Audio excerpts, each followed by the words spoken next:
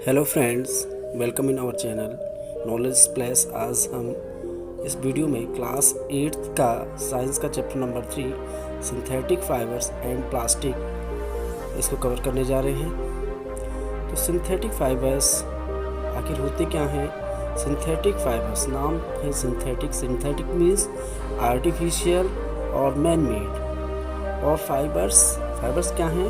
Fibres are thread like structure होते हैं, वो बहुत बारीक होते हैं। हेयर लाइक स्ट्रक्चर हो सकते हैं वो, जिनका यूज़ आपने कभी कभी देखा होगा। जैसे कॉटन है, कॉटन में बहुत बारीक बाल से स्ट्रक्चर होते हैं, वही फाइबर्स कहलाते हैं। तो उन्हीं से मिलकर थ्रेड बनता है। तो आज हम स्टडी करते हैं सिंथेटिक फाइबर्स। इसके पहले आपने क्लास 6 और 7 में ऑलरेडी आप पढ़ चुके होंगे नेचुरल फाइबर्स। तो क्या आप बता सकते हैं नेचुरल फाइबर्स? नहीं, चलो कोई बात नहीं है, याद कराते हैं फिर से। तो नेचुरल फाइबर्स दो टाइप के होते हैं, नेचुरल एंड सिंथेटिक।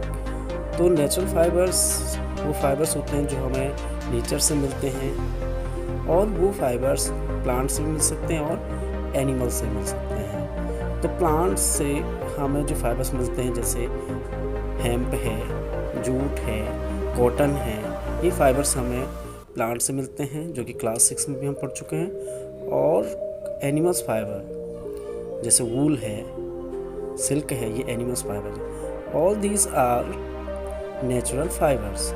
लेकिन आज हम जिस टॉपिक पे बात कर रहे हैं वो है सिंथेटिक फाइबर्स। तो synthetic fibres are man made fibres, जो कि ह्यूमन बींग्स के द्वारा बनाए जाते हैं। इन्हें हम आर्टिफिशियल फाइबर्स भी कहते हैं। तो यहाँ पर ये टेबल दी गई है नेचुरल आर्टिफिशियल फाइबर की, और आपको फाइबर्स के नेम लिखने हैं, कौन कौन सी चीज़ है, किस टाइप की फाइबर से बनी हुई है। तो आप इनको फिल कर सकते हैं और कोशिश करें इसे। अब आता है what are synthetic fibres. Synthetic fibre जैसे मैन मेड फाइबर है, मनुष्य के द्वारा बनाई जाती है। तो ये केमिकल्स के द्वारा बनाई जाती है, और इसमें केमिकल के छोटे छोटे यूनिट्स को जोड़ करके ये थ्रेड बनाया जाता है, जिन्हें हम उन छोटे छोटे, जैसे इसमें आप माला में देख रहे होंगे, ये छोटी छोटी बेड्स हैं, या इस क्लिप में देख रहे होंगे, ये क्लिप है, ये आपस में मिल करके एक फाइबर बना रही है। अब ये यूनिट्स छोटी छोटी यूनिट हैं, इन्हें हम मोनोमर्स कहते हैं। और जब ये कंबाइन हो जाते हैं, एक थ्रेड बनाते हैं, it is called polymer. Small units combined to form a large single unit is called polymer. तो मोनोमर और पॉलीमर दोनों में डिफरेंस है। मोनोमर जैसे एक माला है, माला में हम फ्लावर्स लगाते हैं, तो एक फ्लावर, 2 फ्लावर, 3 फ्लावर, वो फ्लावर मोनोमर्स हैं। और पूरी जो माला बन जाती है वो पॉलीमर है। पॉलीमिस मैनी, रिपीटिंग यूनिट्स पॉलीमर।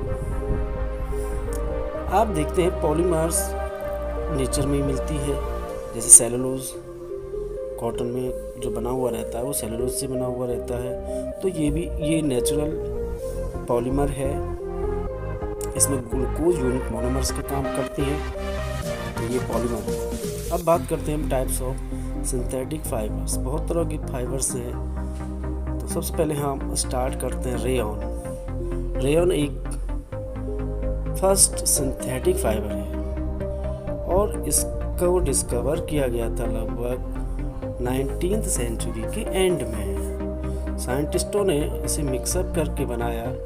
इसमें नेचुरल फाइबर्स का भी यूज किया गया, इसलिए कम्प्लीटली हम नहीं कह सकते हैं कि ये सिंथेटिक फाइबर, लेकिन क्योंकि मनुष्य ने बनाया इसलिए सिंथेटिक फाइबर में इसे हम रखते हैं। ये जो फाइबर है, रेयॉन की बात करते हैं हम, इसे हम आर्टिफिशियल सिल्क भी कहते हैं, क्योंकि इसकी जो प्रॉपर्टी है वो सिल्क जैसी है। सिल्क रेशम जो होता है, जिसकी डिस्कवरी चाइना में हुई थी, और चाइना के से जो हुई थी, कैसे पिछली 7th क्लास में आपने पढ़ा होगा कि कैसे चाइना में उसकी डिस्कवरी हुई, लेकिन उन्होंने काफ़ी लॉन्ग समय तक उस बात को छुपा के रखा। ताकि कोई उसकी टेक्निक को नहीं समझे।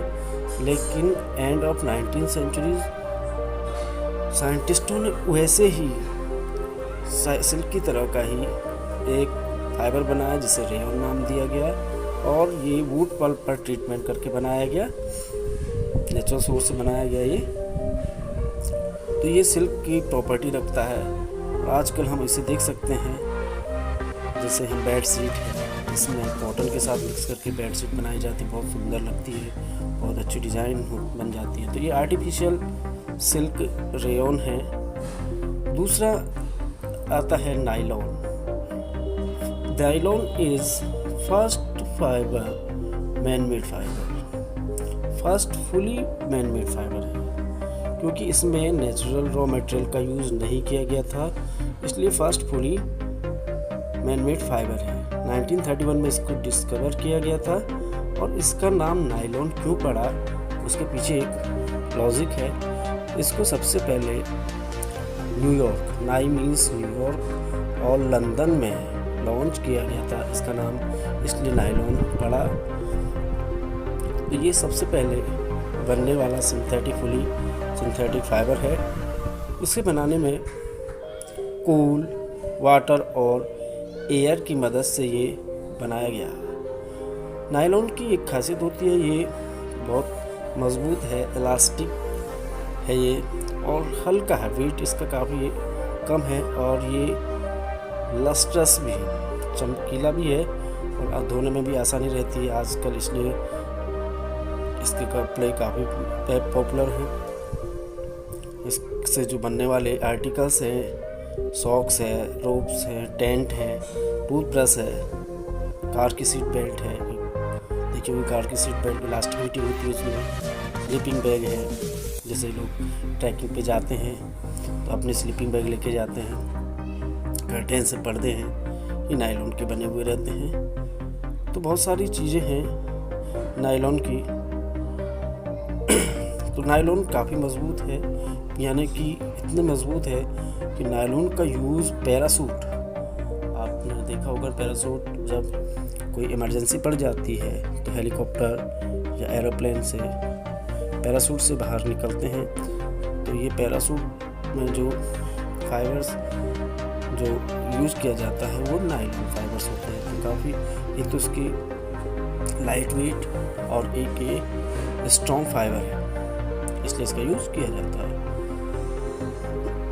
सॉरी ये देख सकते हैं आप, माउंटेन पर रॉक क्लाइंबिंग कर रहे हैं, तो जो इनके पास रोप है ये भी नायलॉन की बनाई जाती है, क्योंकि ये स्ट्रॉन्ग है और स्टील वायर कहा गया है जैसे इसमें कि स्टील वायर से भी ज़्यादा स्ट्रॉन्ग है। तो आप अंदाज़ा लगा सकते हैं कितनी मजबूत ये नायलॉन है।